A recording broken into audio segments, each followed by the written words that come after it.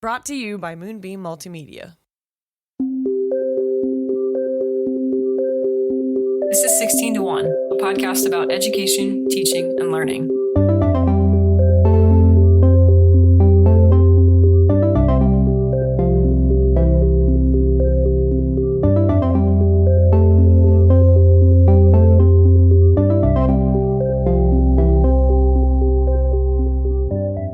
Hello there. Hey. How has your week been? Great. How's yours? Oh, good. Good. It's been busy. Yeah, it has been. It's tax season. That too. I'm self-employed, so that's always like a monumental thing to overcome. Yeah. Mm-hmm. That's different in my world, but I understand It's that. very different. I mean, I don't understand that, but I do, you know? I see. As best I can for you. Yeah. How are things at school? How are they going? Great. Why are you lying? Because you don't want to hear the truth. Don't lie. Things are a little tough. Yeah. We're having a bit of a struggle at the moment. I think what we really need is about 3 snow days in a row. Yeah. I think that would cure every issue. It would reset everybody's attitudes. I think that would help. Okay. So Ohio is doing that great thing, which is called full spring, which means that somewhere deep in the darkest part of February, it hits 60. Teachers know that that's a very monumental temperature because as soon as it hits 60, your kids are gone. They're done. It's over. Right. Because to them, it's spring. They're bouncing off the walls. It's February. Mm-hmm. It's mid-February at best. And here we are, fighting for our lives. All right. Well, So if you got any snowstorms, you could just muster up. I think there's one happening in New York right now. That thoughts and prayers literally does nothing to help me. Right. I wish it would come a little farther west for you so you could get your 3 snow days in a row. I think that would solve a lot of problems. One, I would be most thankful for. Just absolutely praise the Lord. Lord. Let him know. I could use a snow day. Okay, so it's tax season and there's no snow. Thanks, global warming. True. What a time to be alive on this inevitable heat death that the universe is experiencing. Okay. Do you want to get right into our headline roundup? To the headlines. To the news in education this week. What is our first story? Cut to news desk. Dartmouth College, a private Ivy League research institution in New Hampshire. Did I know Dartmouth was in New Hampshire? I don't know. Where did I think Dartmouth was? I'm not sure. Connecticut? I think I would have put it up there somewhere. Are you one of those people who thinks that all New England states are just all the same and one big blob? They're either Connecticut or Maine, right? Okay. So far, so good. Okay, so New Hampshire. Those are not. Yeah, okay. We'll just go with that. Okay, so Dartmouth. Yeah. It's in New Hampshire. It is. It is. So recently announced it will require SAT, ACT scores again for applicants starting with the class of 2029. So this applies to students applying starting the fall of 2025. Mm-hmm. This comes after the school had temporarily made those scores optional in the wake of COVID. Yep. So I was reading about this a little bit, and it seems to me that a new college president came into Dartmouth and then kind of immediately ordered a series of studies about the effectiveness of this test optional movement that became very popular because a lot of students had limited access to testing centers during the pandemic. Sure. And funds. Yeah. So their decision to reinstate test score requirements came after they conducted this study, which found that test optional policies didn't increase enrollment of first-generation low-income or under-resourced students as hoped. Wow. Dartmouth emphasizes they still consider various factors, not just test scores. I will say there are some people who are not so certain that this study says what Dartmouth thinks it says. It found, for example, that many low-income students did not submit test scores that could have helped them gain admission to the school. As it would have been, for those students, it would have been seen by the admissions department to be a sign of resilience or overcoming difficult environments.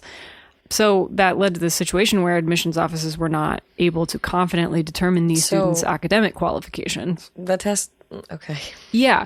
So that's my I see thought where about this is going. It's a chicken and egg thing to me because it just sounds like had you sent it, you might have gotten in, but because you didn't and it wasn't required, we can't guarantee the academic. Right. So that just sounds to me like what their study discovered was that they were claiming to have a test optional admissions process, but they don't have a test optional admissions process. That's hilarious. They were basically chasing their own tail. Yeah. Oh, Dartmouth. I was a big fan of New Hampshire. I guess I just want to say about this that, like, since I just learned it's in New Hampshire. if you cannot determine academic qualifications for incoming students except with test scores, then you don't have a test optional admissions policy, and you also probably don't have an admissions practice that adequately learns about incoming students. Can I Google something really quickly? Sure. I want to know how much it costs to go to Dartmouth. It's a lot. Oh, sweet heaven. Is that a real number? Wait, is this the right place? Show me your address. 63,000. But nobody ever pays the sticker price. That's the thing. Total. Yeah. $87,793. Right. But that's the cost before aid. The average cost after aid is like $33,000. Okay, but first year students have an additional fee. That's $478 because of orientation. Imagine in $87,793 not having the orientation funds paid. Oh, Dr. Seuss went to Dartmouth. I am learning so much. So this is a really expensive school who's been chasing their tail. So it's the first Ivy League school to reinstate the test requirement after a lot of them lifted the test score requirement for admissions during the pandemic. Okay. It kind of remains to be seen if anybody else is going to follow suit, but Harvard has said that it's not going to require scores for applicants up until at least the class of 2030, they've said. Why is that? Well, there's a growing test optional movement, push. Especially a lot of these colleges have felt pressure in the wake of some of the Supreme Court rulings about race-conscious admissions. Because these tests tend to indicate more about your family and things beyond your control than they do about you. They tend to. They don't always necessarily, but yeah, I guess that's the problem. I was mostly just asking. I'm sure Dartmouth has some really incredible students applying to attend there. I can't imagine that the quality would be that much different, but anyways. Okay, Dartmouth. Well, we'll keep an eye out to see what they find and if this changes anything. Yeah. I guess I can speak to this because I had one. I had a test optional admissions process when I applied to college. I did not have to submit my standardized test scores to get into the college that I got into. And now the college that I went to has an interview style admissions option for incoming students because it's all discussion based classrooms and stuff. So they will offer that as yet another alternative option. So I guess all I'm trying to say is that like there are institutions who have figured out more or less how to do this. And it seems like if you conduct a study that says we don't really know how to admit people without test scores, then you you don't have the policy you say you have. No read of, it just sounds weird to me that didn't occur to anybody and that they came to the conclusion that therefore we have to put test scores back instead of, we have to further alter our admissions processes to be more fair if we're not going to use test scores as an indicator of academic performance. They basically called themselves out in their own practice. I mean, I had a hard time reading it any other way. It's not like they weren't taking it seriously as a problem, but it doesn't seem to me that the conclusion that they came to after this study would have been, I don't know. Right. I wouldn't have come to that conclusion that we need to put test scores back in the admissions process. But anyway, that's the story. It's also interesting because they're veering so hard away from like what Harvard is doing, which is not using them until 2030. Yeah, for now. So, I mean, we'll have to keep an eye on it because I really do think people are going to try to start to return to a status quo at some point, but when and what is to be determined? Yeah, I don't know. Okay, so our second headline. Across the pond. This is out of Ireland, where the Union of Students in Ireland's National Council passed a symbolic motion against the use of online proctoring software Proctorio on January 25th, 2024. The USI National Council unanimously passed the motion, which was proposed by Trinity College Dublin Students' Union and the Vice President for Academic Affairs there, and which highlighted safety and ethics concerns as well as potential conflicts with the GDPR, which is Europe's expansive online privacy law. Are you familiar with Proctorio? I'm not. Okay. I've heard a lot about it. I've never been exposed to it. I've never had to be on the receiving end of Proctorio, but it's essentially online exam proctoring software. It's just the thing that, like, you have to use your camera Yes. while you... Okay. Yes. You have to sit in front of the camera and you have to, like... It basically spies on you while you're taking tests, is my impression of it. And yeah, I don't know the specific one, but I remember people during COVID, there were TikToks about software like this. Yes. And the need for it certainly became more apparent when a lot of institutions shift to online learning. But anyway, the student union cited examples of other institutions abandoning or curtailing the use of Proctorio due to its apparent ineffectiveness in preventing cheating. That's the main reason that people are using it. Student opposition to Proctorio in Ireland may influence other student unions and institutions to reevaluate their use of the software. I want to just point out that Proctorio has a history of silencing critics. It goes after people who post about it on social media, trying to get their posts taken down. I think they went to Twitter to try to get some guy's post taken down. It was some researcher who was just like looking into Proctorio and how it works. There are a lot of concerns about privacy invasion, but in addition to that, there are a lot of concerns about the ethics of how the software works. And that's where a lot of these researchers have been focusing their attention, because the software flags suspicious behavior. And I think you and I both well know that not all learners look or act the same when they are learning. And Proctorio kind of algorithmically decides by comparing everybody's, by, I guess, video of everybody's behavior during your exams. Gestures or whatever. Yeah, like where their eyes are, what their hands are doing. I don't even know what. I haven't looked into what exactly it flags, but it flags quote unquote suspicious behavior. And you can see where, especially for anybody who is slightly atypical as a learner, that could very easily become a slippery slope where something is flagged that is just a normal learning behavior for a student. So anyway, interesting. Yeah, it's an interesting question to consider how an algorithm can be fair across a very large spectrum of learners and ways of learning. Yeah. So fascinating. Yep. Okay, so what's our last headline for the week? Okay, so the newly relaunched free application for federal student aid process has introduced several issues impacting students and universities alike. Yeah. My students have been dealing with this really ridiculous delays. The biggest issue is a delay in processing completed forms due to errors that were found in calculating financial aid eligibility. And the Department of Education announced on January 30th that processing won't start until mid-March, which it is normally completed by the end of January. Yikes. Which will certainly impact financial aid offers for the next school year, the 24-25 academic year. So this delay also affects some state financial aid forms that rely on FAFSA data for auto-population.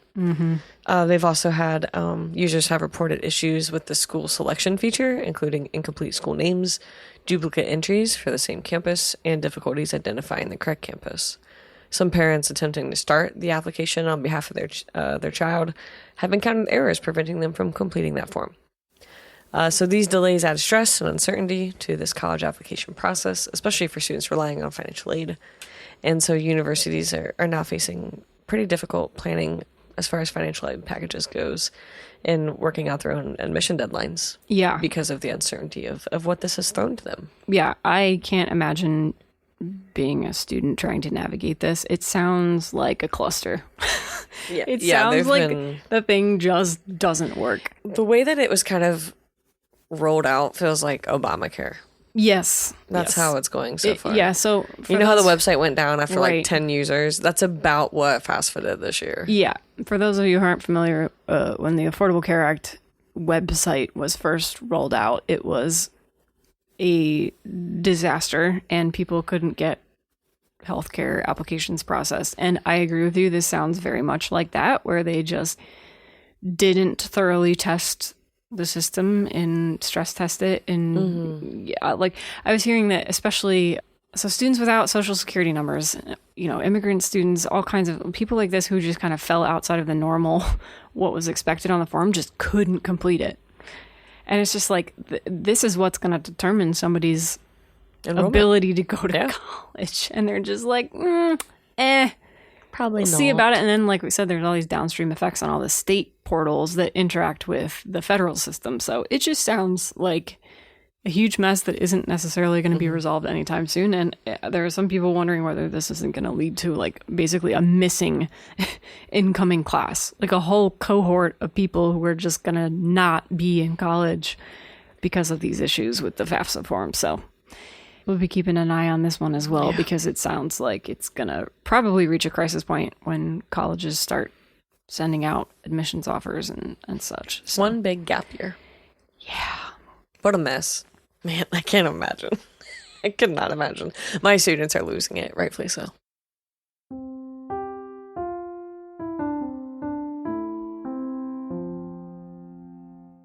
So this episode is all about grades, rubrics, and evaluations. Yes, student evaluation and how we keep track of progress. And how we feel about them.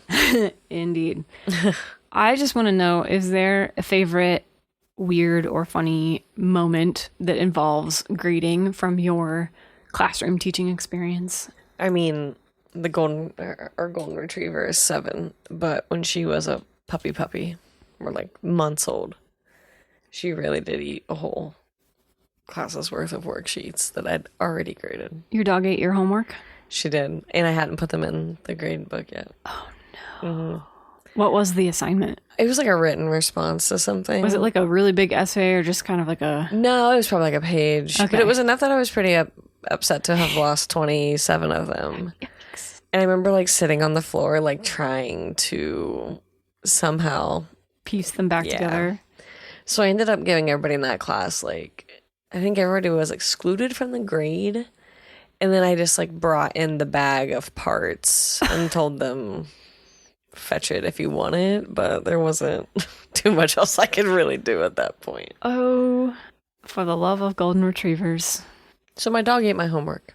Well, yeah, my kids' homework. The teacher homework. Yeah. Okay, well, before we get into a little bit of a discussion of how grading works for you and for schools now, you know me, I would like to cover a little bit of the history of how I was going to say, Chelsea's going to Chelsea real quick. I'm going to do what I do. A brief history of grading and evaluation and its impact on students. So, assessments, and I'm going to contrast that with grades for a second, go as far back as the ancient Greeks. I feel like everything that we talk about on this show goes as far back as the ancient Greeks, at least. Because you want it to. But they tended to be formative rather than evaluative learning tools. Several of the points in this section came from a research article called An Imminent Machine Reconsidering Grades, Historical and Present, and we'll link to that in the show notes. What? That is not a link I would click on. It's not grabbing your attention. An imminent machine. Nope. That's as far as I would have gone. I went deep diving on the library research portal for this episode, so that's what it is. So starting in post-Renaissance Europe, we start to see a shift away from a master and apprentice kind of approach to learning, where students were demonstrating mastery by imitating their teachers, to a curriculum-centered approach where students demonstrate mastery by completing exams. At first they tended to be oral exams and later became written exams. Mm-hmm. And then this next point I actually pulled from a different research paper called Teaching More by Grading Less or Differently. And in this article they were covering how in early American colleges we start this process of ranking students and assigning different ranks or grades for exit examinations in order to award degrees. And the first official record of a grading system in United States higher education traces back to Yale in 1785, where seniors were graded into 4 categories, which I appreciated. Optimi, second optimi, inferiores, and pejores. Yay. Pejores. Okay. So, however, these marks were initially hidden from students. They knew. No, it's actually a good thing. They were initially hidden from students in order to discourage the distraction of competition between students for the highest grades. I'm agreeing with you that it was hidden, but they knew. Those students knew who. They knew which of the 4 categories they occupied. They knew if they were a bluebird or not. I know I'm a Pejorus. I would be a Pejorus. I really don't know how to pronounce Latin. I can kind of like figure out. Yeah, inferioris. I would be that. Are you an inferioris?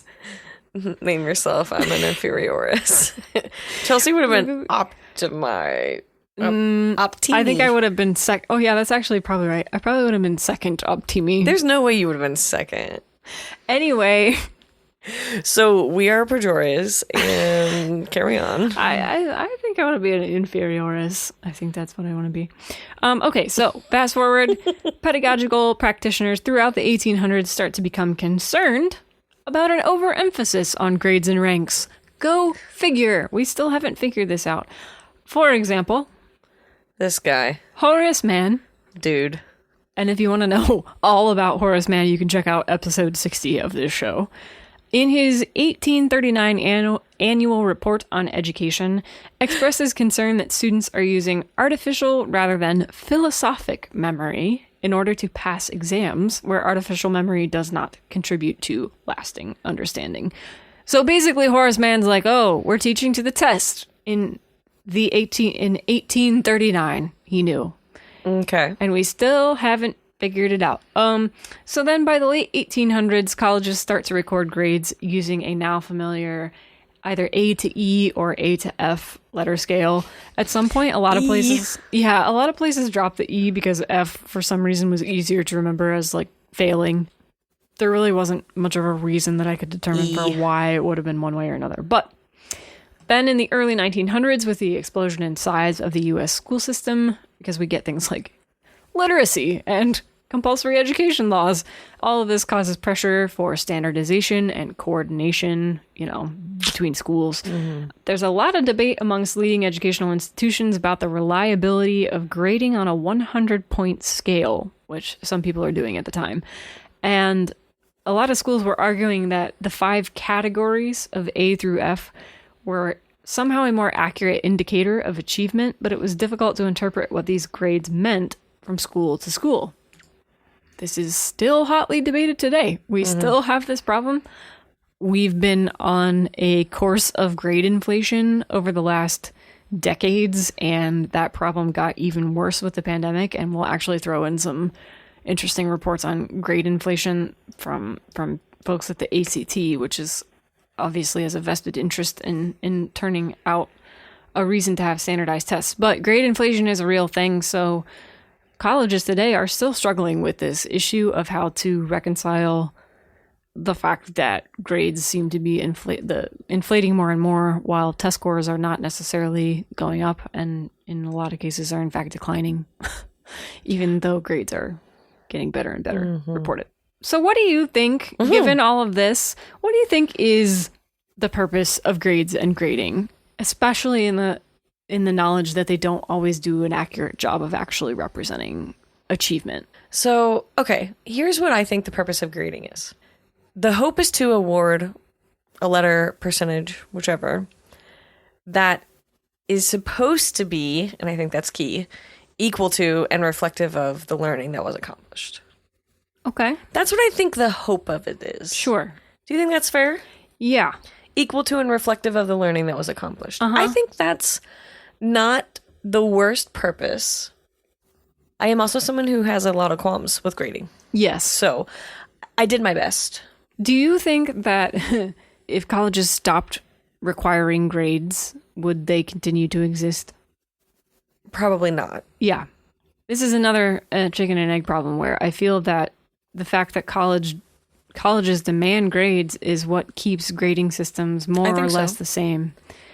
And it feels like high schools, especially, well, just, K-12 schools in general, are pretty limited in what they can do and accomplish through some sort of alternate take on grading, because at the end of the day, colleges want to see A through F, what's your GPA? which I do not understand given everything that we know about how grades are not necessarily an accurate reflection of student learning.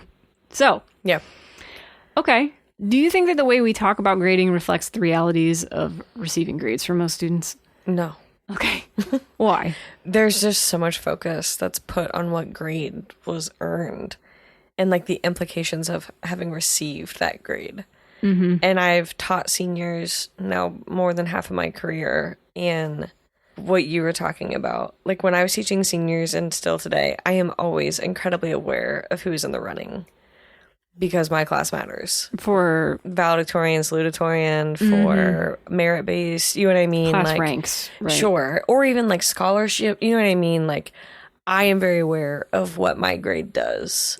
So we talk about grades as if they are this tool that reflects learning, but in practice, you're saying there's a pretty big, like, not only competitive component, but it's almost counter to actual learning, I guess, is what I want to say.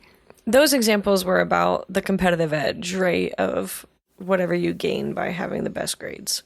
Mm-hmm. But the opposite is also true. As a senior teacher, I'm very aware that if my kids do not pass my class, they do not graduate high school. Because it's pressure on everybody. Yeah. It's pressure on the kid. It's pressure on us.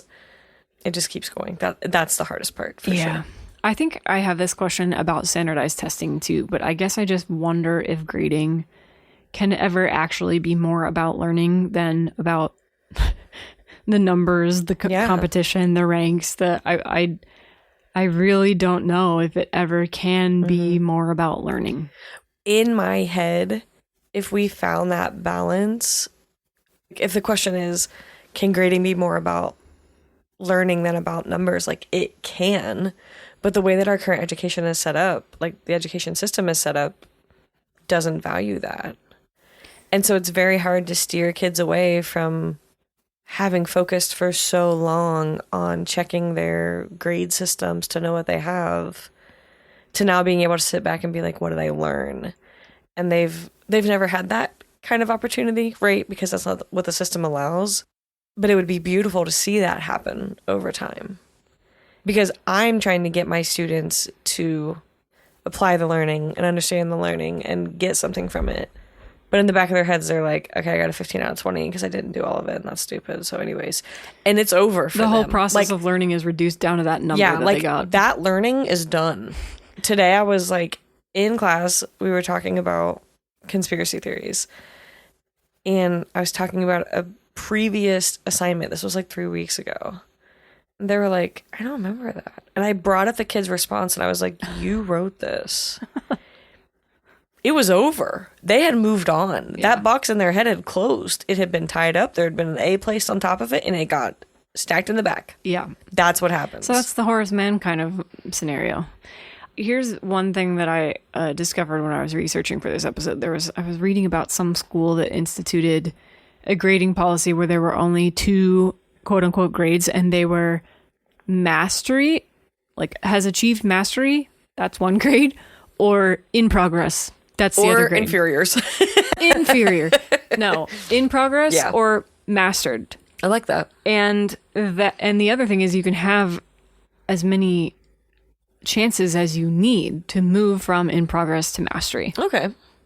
I kind of was drawn to that, but I'm curious to hear from you what kind of grading experience you would strive to create if you weren't, let's say you weren't bound by all of the kind of just everyday requirements that high school teachers are bound to report grades and such. If you had a blank slate, what kind of grading experience would you want to create? Less stress. Yeah. For sure. I think that... I'm sorry. I want to pause. I will strongly attest to the fact that the stress of achieving good grades blocked me from learning and becoming passionate about things. Wouldn't you also agree that my teaching is limited by the amount of grading that I have to accomplish in terms of turning it around like in a timely manner? Oh, sure. I mean, you only have so many minutes in a day. So like, I think it actually affects us both, like similarly, like teachers and students, because my limits of teaching is what can I grade reasonably and how thoroughly and in what time frame and things like that, right? Well, Yeah, I guess I would say I think teachers should always expect to spend a large amount of time providing feedback to students on where they are, but I do think that the current structure that we have for grading and reporting grades puts a huge paperwork burden on you. I think, though, that like what you're talking about, that feedback could look so different. Yeah. If it wasn't resulting in a circle on a rubric that was a letter. Mm-hmm.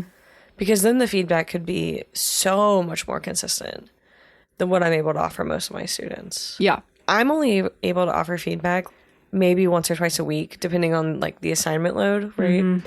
But sometimes my feedback is the grade. Yeah. Like sometimes they don't get comments from me on whatever, you know what I mean? Like whatever the assignment is. So in a lot of ways, we've created it so that the grade is the feedback, which isn't the most useful thing, but that is what teachers are also limited to. Yeah. A rule I've kind of set for myself is just that I don't spend longer grading something than the students spent completing it. We were talking about essays a few shows ago where sometimes it was the Ask Me Anything. And people were talking about, do you really read all of the essays? And you and I were talking about the case where, well, sometimes a student spends like 12 seconds doing an assignment that should take a week and a half to complete. And in that case, the content, the time that you spend is not worth it to really anyone. You need to invest the appropriate amount of time that responds to the appropriate level of work that was done. Yeah. And so like the other thing though that I think is worth mentioning is like the longer you teach, the better you are at these things. And I don't think I'd say I've like become numb to these things, but I will say that I have a pretty good grasp of what a typical developing student can do at a certain level, right? Like that is part of teaching that you get better at is your expectations. And so that does help you grade more efficiently. If I had gone into classroom teaching, I think that would have been something that I would have struggled with deeply, knowing, especially at the beginning of my career, it's very how hard. Much attention do I give to everything coming at me? And you don't have a filter for signal and noise. No. And so like I have learned that I need to be really specific about what I'm grading for. So like when my 10th graders are doing written responses that are prepping them for the state tests, what I am grading them on is what the state test grades them on. So I try to adhere pretty closely to what that grade looks like. That doesn't mean if I was just grading myself without that thought that it would look the same. Okay, yeah. But it does mean that the effort that I applied to it is based around a certain success factor, which in my case with 10th graders is passing the state test. Does that make sense? Yes, and it's related exactly to what we're going to talk about next, which is different kind of grading philosophies. And it sounds to me like what you just described was, in that case, you're doing kind of standards-based grading. So we've got what I'm going to call a traditional philosophy of grading, holistic, standards-based, and then I'm going to talk about curve grading a little bit because it makes me nuts. So traditional grading philosophy, this is kind of like your basic report card, red marks, somebody's marked up your essay for you and I've shown you every mistake you've made. It kind of breaks down student work into separate components, like in your case, it would be grammar and logic and, awarding points for each of these things. And your grade in this case would kind of depend on your individual score and how it stacks up against predefined standards or even other students, in the case of curves. And then I guess I would just say that while this offers pretty clear measurements, it can tend to lean into the competitive aspect that we were talking about. It can also miss a bigger picture of student learning and tend to feel kind of impersonal. So that's what you were just talking about. Like, how different could my evaluations be if I weren't spending all of my time doing this kind of grading? So then, and it sounds like you have some experience with grading this way, there's this holistic approach which sees work more like a painting than a checklist. There's more art to it. So holistic grading would view work... Listeners, you can't see it, but Chelsea's arms are... I'm gesticulating broadly. Broad, wide circles. I'm painting in the air.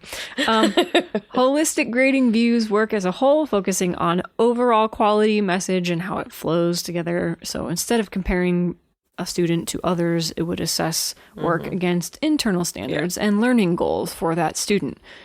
this tends to promote deeper understanding and allows for personalized feedback, but in these cases, you get to a point where it can be subjective. This is really highly hard subjective. grading. This is really hard grading. Yeah, super hard, and it can require tons more effort, which is exactly what you're saying. Mm-hmm. So then we get to standards-based grading. This tends to ditch traditional points for specific learning goals called standards. You hit the bullseye when you demonstrate mastery of each one and earning feedback and opportunities to improve until you do. So this system focuses on individual progress and not competition and tends to celebrate achievements over time. It requires very clear communication and consistent assessments, and it tends to empower students on their kind of individualized learning journeys more. You have a deeper understanding of what you're working toward as a student in these kinds of systems. So, and then this last thing I wanted to throw in about grading philosophies was a discussion of grading on a curve. Let me just say quickly what curve grading is. It came about as an effort to help grades represent a standardized measure of student achievement. So this is kind of speaking to that concern that we had earlier about how grades are not necessarily useful to, especially colleges, to determine academic achievement. Mm-hmm. So somebody was like, oh, well, aptitude is probably distributed amongst the population on a normal curve, and a classroom is probably representative of that population. So why don't we just put grades on the same normal curve and make it easier for everyone to understand everybody's aptitude? Couple issues with this. Classrooms are not necessarily representative populations. Not at all. Academic achievement does not necessarily line up with aptitude, whatever that is supposed to mean, and grades do not necessarily represent content mastery. So the other thing about grading on a curve is that it does tend to ramp up that competitive aspect where students are fighting tooth and claw against each other to try to get the highest grade. Mm-hmm.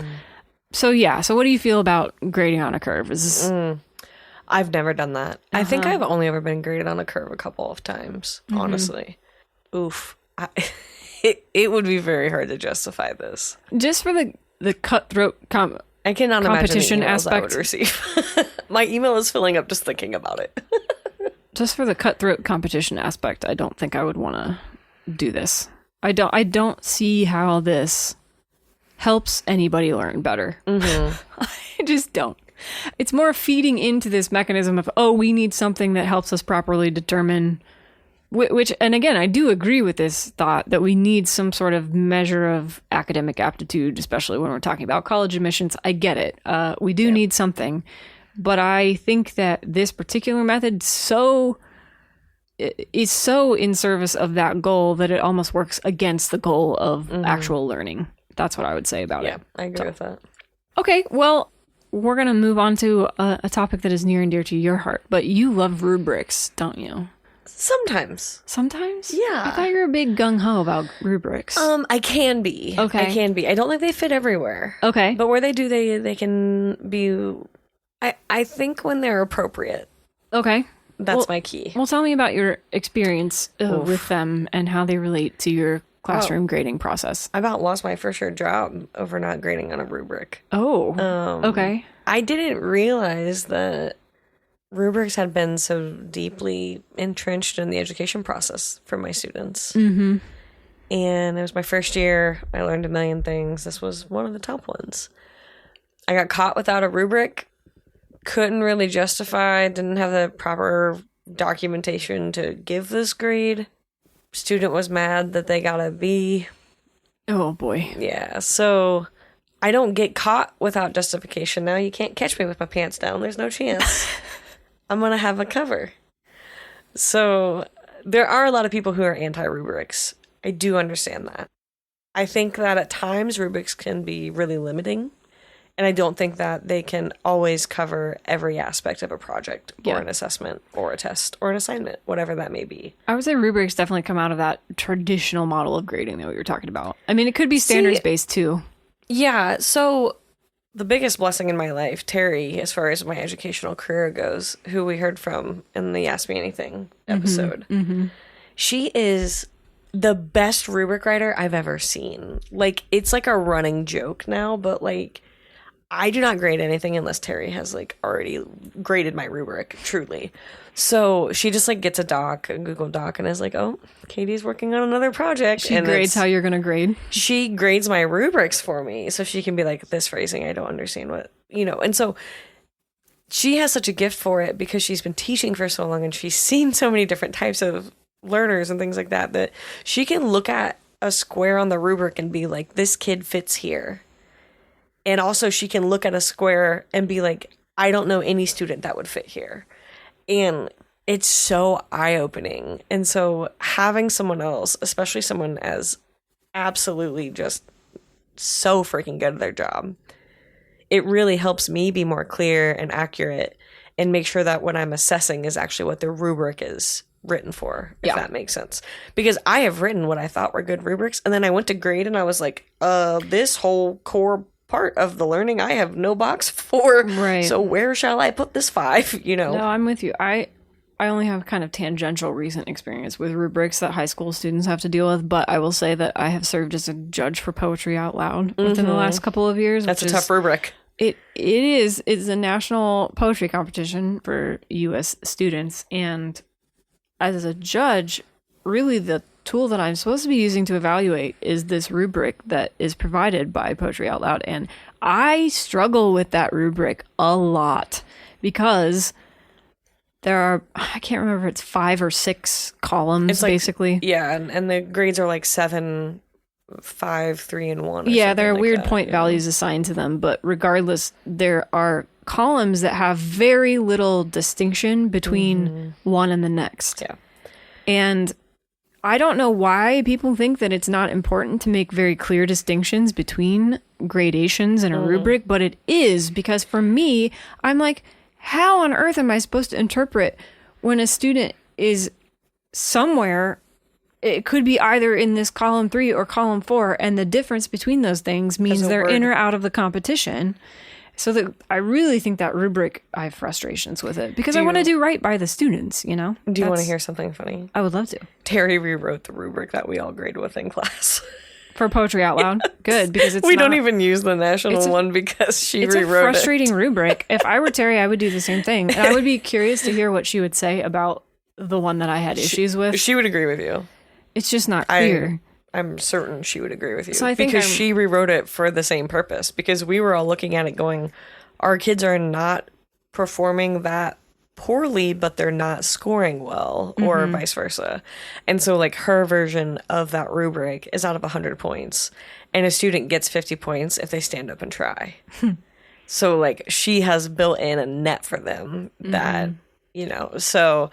continuing to be the master of all rubrics, she has also fixed that one. So yeah. I don't mean to be pooping on rubrics generally speaking, because I do think that they can be very useful in certain circumstances.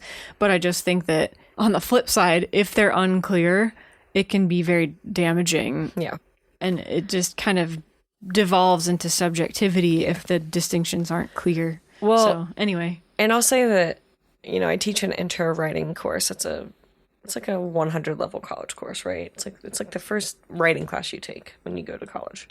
I teach that at my high school, and I have to have an approved rubric for it. Grading essays on a rubric is very difficult because you're trying to quantify things that don't necessarily need to be quantified in that way, but you have to find like a distinction. So I found this quote, and I'll include it in the show notes, but this is from a Columbia University blog, and the quote says this: "Perhaps the objections stem from a hesitancy to prescribe any kind of formula for the craft of writing, or from a more deep-seated resistance to articulating a grading process that many views as, at least in part, subjective.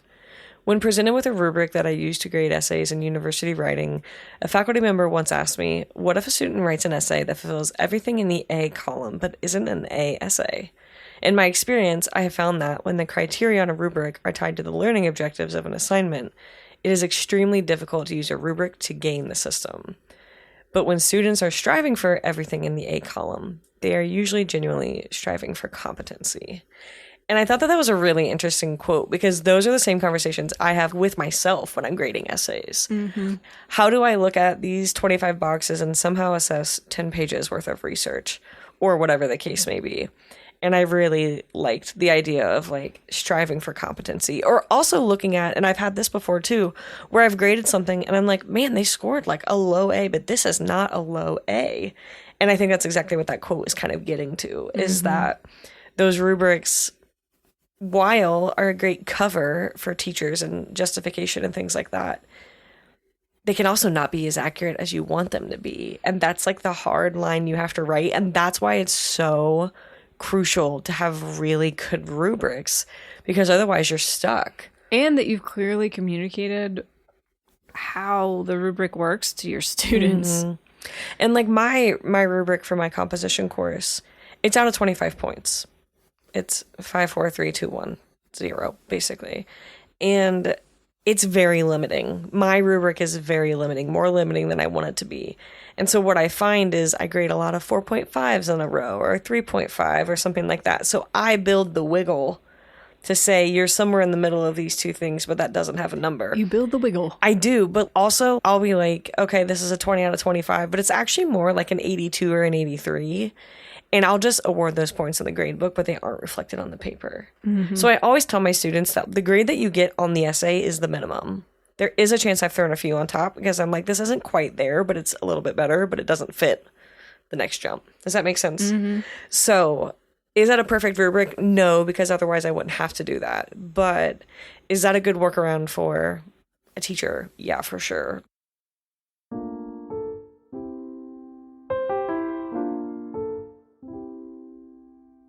I think that one hope teachers have is that students can start to build, especially as they get older, a better idea of their own self-assessment. Like looking at something and being like, this is my best work, or my okay work, or I tried, or whatever.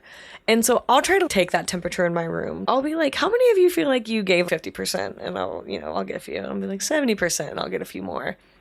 They have a really hard time with that, though. Because they're so dependent on the external validation. Because the whole, grading systems in general are set up to make students dependent on that. Yeah, they are set up for that. And so I try to encourage my students to think, like, be honest with yourself. Where is that work? Where is that effort? Because you can't tell me it's your best. Like, I know it's certainly not your best, but that's okay. Just where are you? And they have a hard time with it. And I want to build that in them so that they can look at something and also understand that time does not equal a better grade. Like, that's one of the biggest things my students don't understand. They'll be like, oh, I studied for 3 hours and I got a C. And it's like, okay, well, either you studied really hard and you did a great job because you came a long way, or the way that you were studying wasn't the most effective for those 3 hours. Right. But not all of my students could say, I worked my butt off for that C, or to say that wasn't the most appropriate use of my time for a C.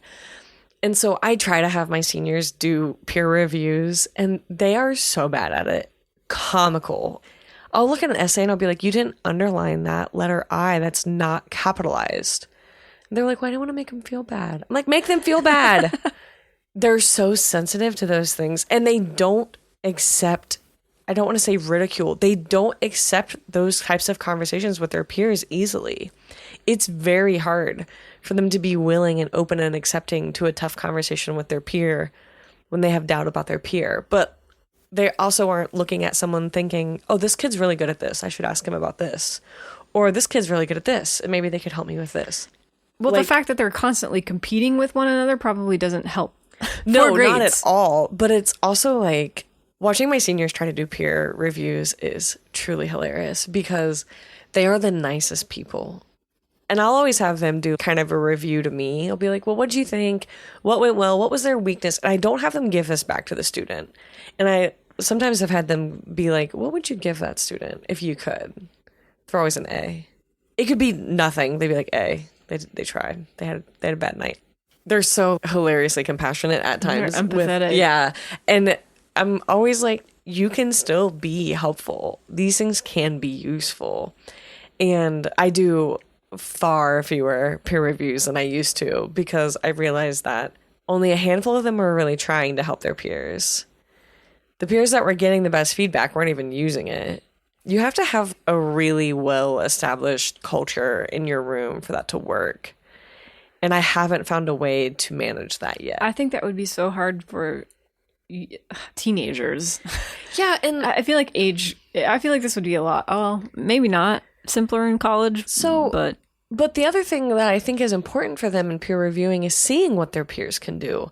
I want them to read other teenage level writing who have a similar education or a similar experience. I think that's really important to help them be aware for themselves. If you read other essays of your peers, then you can sit and say, oh, I can be better, or this isn't my best work, or damn, he killed it. You know, like there are so many factors that go into that could be so good for teenagers. That was something that I got to benefit from in high school in one of my English classes. The teacher actually did take other students' papers, not only from our class, but other classes. So like other just from different teachers. And is like, this is an example of a really good essay that came out of this class, and just read the paper to us. And we were like, wow, like we were all so impressed with these papers. Yeah. But up until that point, we had just been striving along in such isolation, really, so focused on our own business and so like tunnel visioned about the forest for the trees, right? Yeah, well, worrying about our grades and our whatever.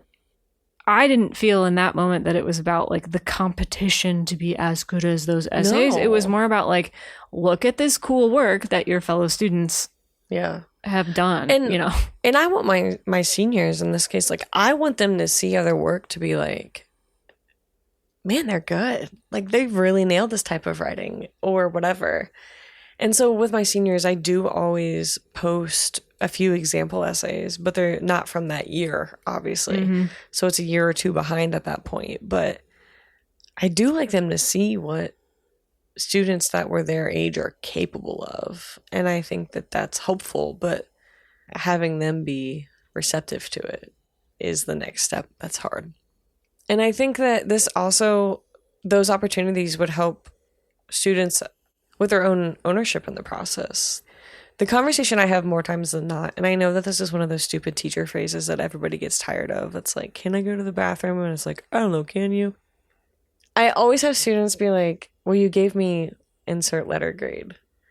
And I'm always like, no, I did not give you anything. You have earned it. And I know that's so dumb, but they don't see it as having earned what's theirs. They see it as an imposition from the teacher onto them. They see it as something I have bequeathed them. And I'm like, but it's so hard to get it through their heads that work, right, whatever it looks like, is equal to whatever they received. But they don't see it as theirs. Well, what if it's not theirs at that point? Like, it's what they were given, they think. What if we shift gears and imagine a world of no grades? Ugh. What about going gradeless? I could conquer the world. I could probably conquer the world if I had that kind of time. This is definitely... there are schools, K-12 schools and colleges that are experimenting with this across the country. Yeah. Just pass-fail? Or Perdurus...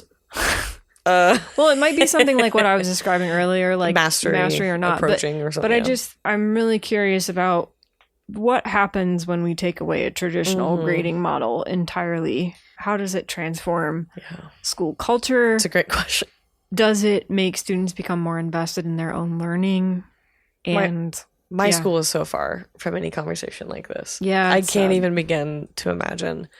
Again, high schools are so bound to what colleges require reporting wise. Yeah. It's almost like some colleges have to start paving the way on this, I think, if we want to see a sea change. But colleges don't even know what to do if they can't get standardized test scores from students, obviously. So we're going to need a lot of work on that front. I mean, grade inflation has been an issue for decades now, especially after the massive uptick during COVID, right? So those are all factors in a gradeless world, because we already know that an A is worth less than it used to be, and a B is worth, the whole thing. One of my former coworkers gave me a book. It's from 2015. It's by Star Sackstein, and it's called Hacking Assessment: 10 Ways to Go Gradeless in a Traditional Grade School. So this is exactly... the no grade insurgency. It is. Okay. So this is 2015, so pre-COVID, but also already at a time when grade inflation is on the rise.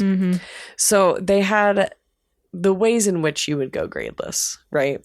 So it's like start a no grades class, which means opening the lines of communication with stakeholders and promoting buy-in. But that also means making students understand what this is going to look like. And their parents. And those are the stakeholders, right? You design projects for growth, and you rebrand assignments as learning experiences. So there's like a vocabulary switch that occurs to help the brain switch to this is how whatever this works. Yeah. You facilitate student partnerships. You collect data digitally. You confer with students both in and out of class. You track their progress transparently. You teach reflection and metacognition. You teach your students to self-grade. And you have students submit portfolios oftentimes. Yeah. I mean, this is just from 2015. So this is one book's version of what it can look like. Like I said, my school is so far from any thought of this. I cannot imagine in which my school would even entertain this idea, but I like what it could do. And the book basically is talking about by grading in this way and giving them that freedom, right, to complete portfolios or whatever that assessment is, you're actually allowing time in class with them and out of class at times that are deemed appropriate, you know, as part of the project or whatever, that you meet with them or a parent or your raisin or whoever's at home, you know. So I like it. I like the idea of it. I think there's still valuable data to be found. I think there's still all kinds of ways in which this could show accurate growth. Oh yeah, you can still evaluate student learning without For grades. sure. And like even if you're doing standards based or whatever, all that this really does is actually kind of drops that curtain that's between teachers and students and encourages a more cohesive learning environment because there's less of the like sage on the stage. It just changes that dynamic so much. My senior class, we are not gradeless, but I have worked very hard to make it a much more, it feels more like college. They have reading days. We have days in class where they meet with me. We have days in class where, you know, like they're working on their own or they're reading together or whatever. And so it requires a lot of trust. That would be a big factor of going gradeless totally in a classroom that looked like this, especially for, in my case, a state tested group. Mm-hmm. So my seniors, it's a much less scary option to kind of rebrand and focus a little bit differently. But for my sophomores, it would be truly terrifying, but so much fun. I just keep hearing in what you're saying over and over again that there's so many pressures around this that have nothing to do with your day-to-day classroom learning experience. It's all external, either from college and universities requiring it, from state standards, from state testing. Like all of this stuff is kind of ancillary to the real experience of learning. I think one of the hardest thing about grades for teachers is like, especially when you're learning your students, like I'm approaching midway through the third 9 weeks, so I've got a pretty good grip on these kids, but I can't always really evaluate effort in grading something. I can't tell you this kid's top performance or what peak performance looks like. And it takes me a while to figure that out. So I could see how in a gradeless classroom, you could see these things much easier than the way that I see them. Because it would promote it better, right? So much of a grade-based class is do the work, get the grade, put the box lid on it, store it away with a letter grade on top of it. This would encourage something much, much different. And I would love it. I don't know how you would become the teacher doing this when others are not. I cannot imagine that world. It would have to be a big effort, but it would be very exciting.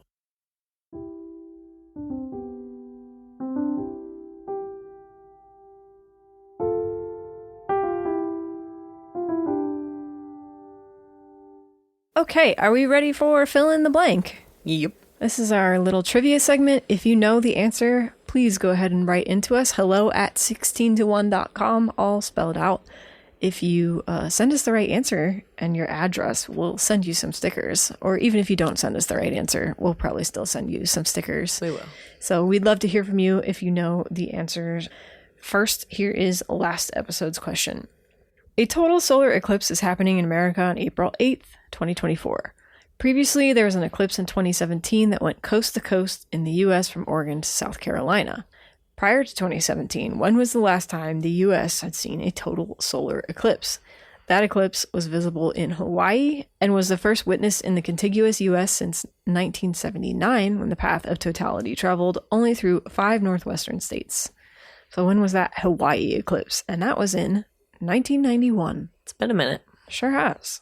What is this episode's question? Okay. Recently, the world watched Taylor Swift's boyfriend win another Super Bowl ring. Yes. So I thought we would go with that. So, okay.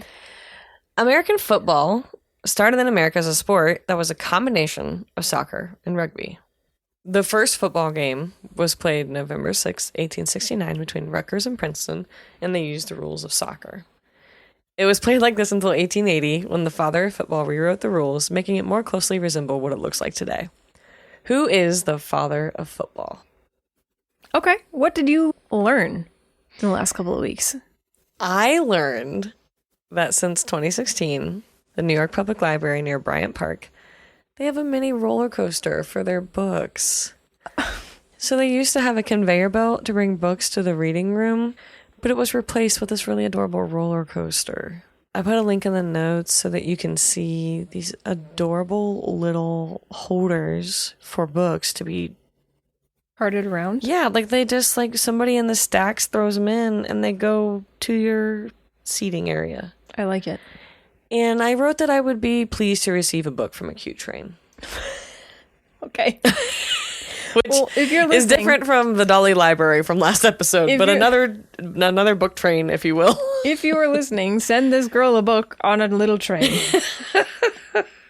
Turns out my hopes are pretty much in the basement, and I would happily accept a book from a train. Anyways, I just think if I was in college and I was sitting there and my books for a research paper I didn't want to write were delivered in a little train roller coaster, Be the motivation you needed to keep going. I would feel better to keep reading because I would want to keep receiving books. I think I agree with that. I think that makes sense.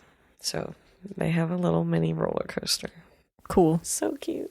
Is that the one we were at? Bryant Park? Yeah. That thing is so regal. Can you imagine just sitting there and hearing like Chugga, chugga, chugga, chugga, chugga, chugga, chugga, chugga. and it delivers like Captain Underpants or something. Oh. I've brought you Hegel's Phenomenology of Spirit. And my train, that's your train. My train is like an Emily Henry book, a coloring book, and like Brene Brown. Coloring book. It's like a paint by numbers.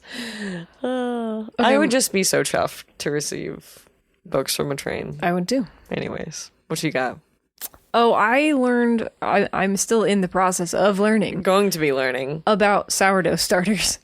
So I got one. I did the thing, which is that you give somebody a gift that's actually quite a lot of work in keeping alive. Yeah.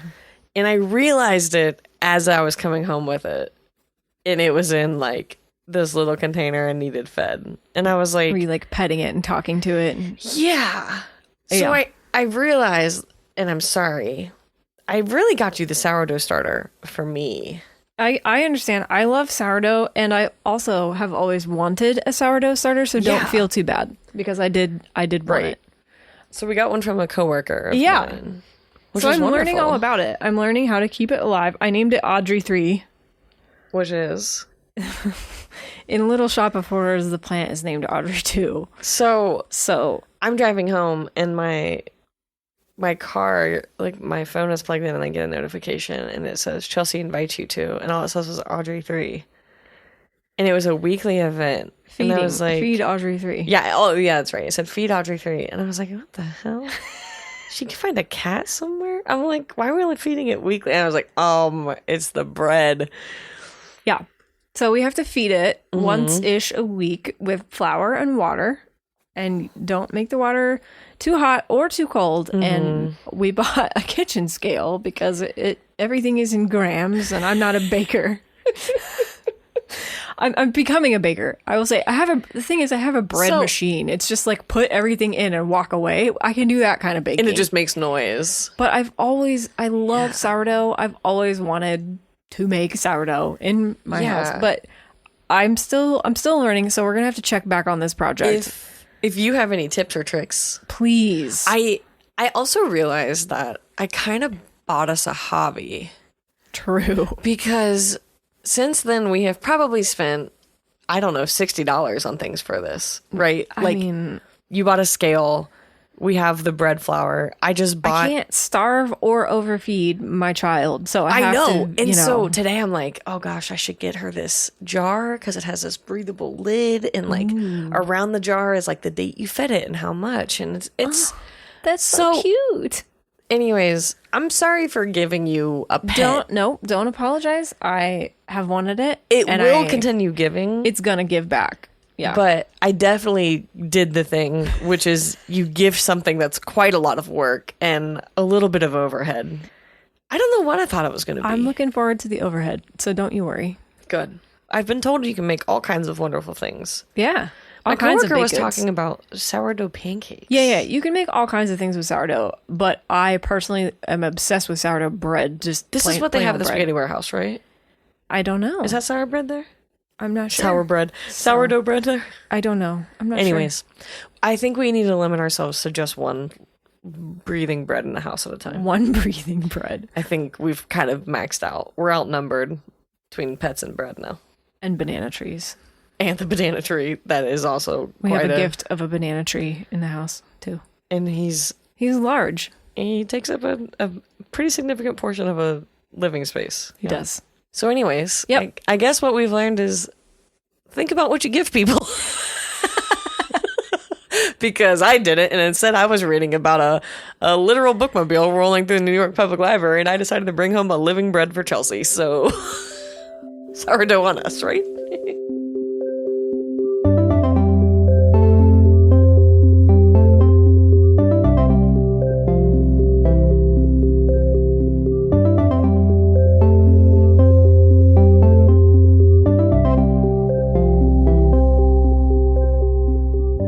Hey, listeners. Thanks for supporting 16 to 1. We're your co-hosts. I'm Chelsea Adams. And I'm Katie Day.